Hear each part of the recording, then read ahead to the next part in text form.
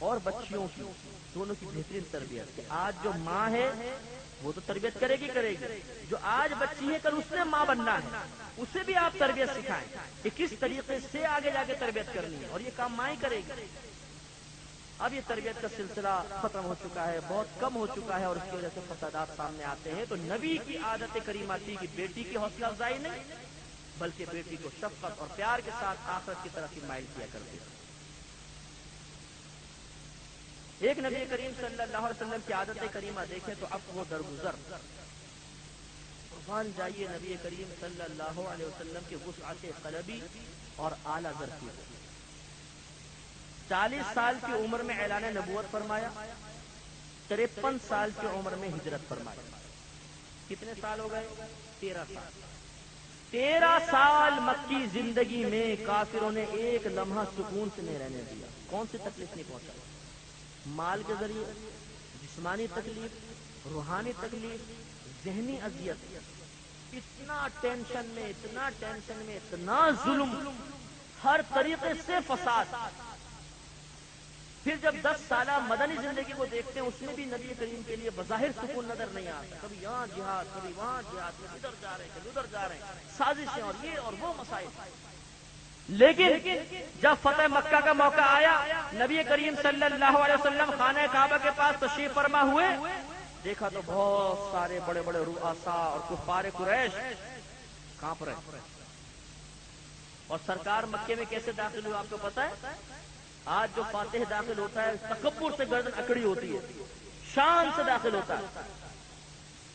ہمارے اسد الدین بھائی ماشاءاللہ بہن سے اس سلسلے میں بڑا متاثر ہوں، منہ پہ تعریف گھر کرنی نہیں چاہیے، لیکن حوصلہ افزائی کے لیے کر رہا ہوں۔ بہت میں نے عاجزی دیکھی ہے، بہت انکساری دیکھی، ورنہ اور آپ کے احمد پاشا صاحب بھی ماشاءاللہ کم نہیں، ورنہ عموماً یہ دیکھا ہے کہ جو عہدہ پا جاتا ہے منصب، وہ تو انتہائی متکبر ہو جاتا ہے۔ وہ اپنے شہر میں، اپنے محلے میں بھی داخل ہوگا تو لمبا چوڑا ہوگا، بابا ہمارے علاقے کا کونسلر بھی پھیل کے چلتا ہے، 4-5 پیچھے ہوتے ہیں۔ یہ ہمارے کونسلر بیچارہ ہماری خدمت کر رہا ہے، مجھے تو پہلے پتہ نہیں تھا کہ وہ کونسلر ہے، بعد میں پتہ چلا، میں نے کہا سبحان اللہ، وہ عہدے دار ہماری خدمت کر رہے ہیں، ماشاءاللہ وہ مہمان کی بہرحال تعظیم کر رہے ہیں۔ تو عہدے دار اس کے اندر تو بڑا تکبر ہوتا ہے۔ لیکن نبی کریم صلی اللہ علیہ وسلم نے جب مکہ المکرمہ میں داخلہ فرمایا، اونٹنی پہ سوار تھے، اور روایت میں آتا ہے کہ سوار ہونے کے بعد یہ جھکے ہوئے تھے، اور اتنا جھک گئے تھے کہ آپ کا امامہ مقدس اونٹنی کی گردن سے لگ رہا تھا، جھک کر انتہائی عاجزی انکساری کے ساتھ۔ عمر فاروق رضی اللہ تعالیٰ عنہ امیر المومنین بنے۔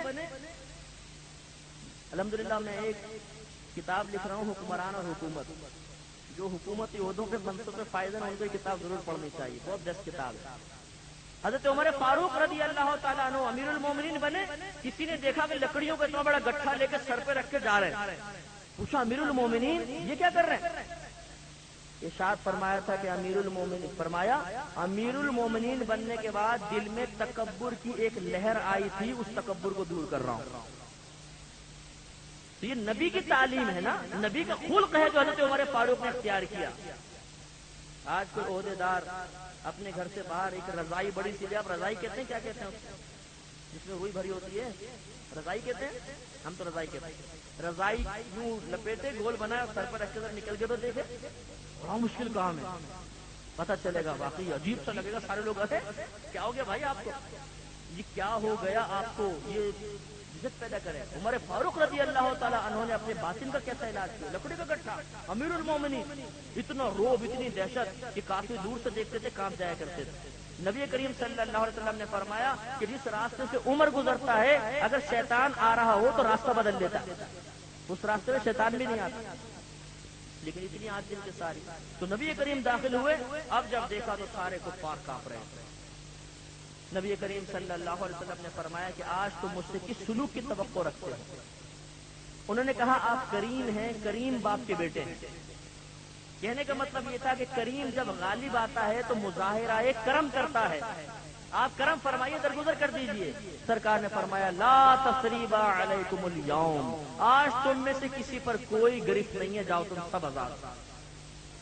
اس افو درگزر کی اس عادت کو دیکھ کر، اس سنت کو دیکھ کر، اس ادا کو دیکھ کر اس وقت موجود سینکڑوں لوگ ایمان لے آئے، کیونکہ انہوں نے دیکھا تھا کہ رات دن 13 سال تک جس کو تنگ کیا اس نے چٹکی بجاتے سب کو معاف کر دیا، بہت بڑی بات۔ اور ہم کسی نے کوئی بات بول دی، کسی نے ہمارے ساتھ جو غلط سلوک کر دیا، جب تک انتقام نہیں لے لیتے ہمارے دل کی آگ ٹھنڈی نہیں ہوتی۔ اس نے آج سے 5 سال پہلے مجھے بے عزت کیا تھا، جب موقع ملے گا اس کو ضرور ذلیل کروں گا۔ اب منصوبے بناتا رہوں گا، کبھی بھی خاندان میں موقع ملا ذلیل کر دیتا۔ یہ دوستوں کا معاملہ ہوتا ہے، کسی دوست سے اذیت پہنچ گئی تو اس کو سب کے سامنے ذلیل ضرور کرنا ہے۔ اور بہنوں میں تو انتقامی کارروائی کا جذبہ بہت ہی زیادہ ہوتا ہے۔ بہنیں برا نہ مانے کہ میں نے بہنوں کو ٹارگٹ نہیں بنایا، میں تو سب مردوں سے بھی مخاطب ہوں۔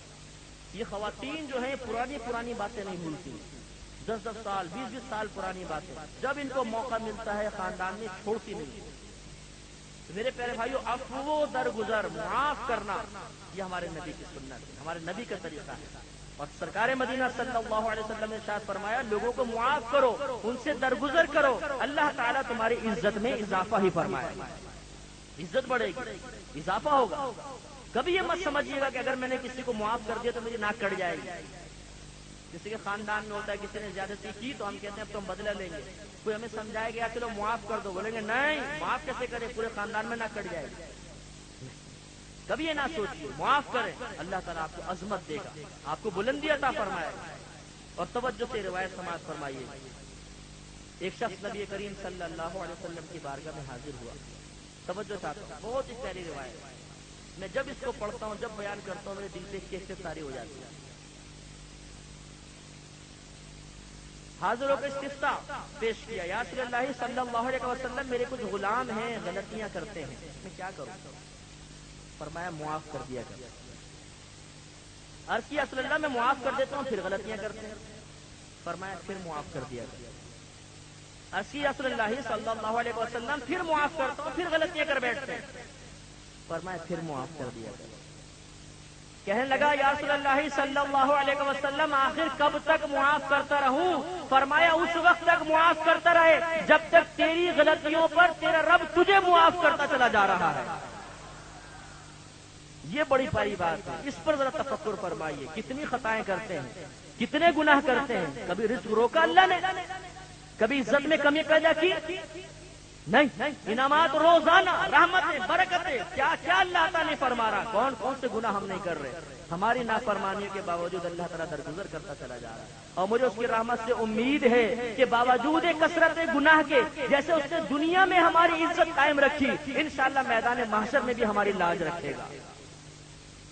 تو کبھی بھی کسی سے انتقام لینے کا ارادہ پیدا ہو تو آنکھیں بند کر کے ایک لمحے کے لیے سوچیے، اگر اللہ نے مجھ سے انتقام لے لیا، مجھ پر غضب نازل فرمایا، میری خطا پہ میری گرفت فرما دی، تو میرا کیا ہوگا؟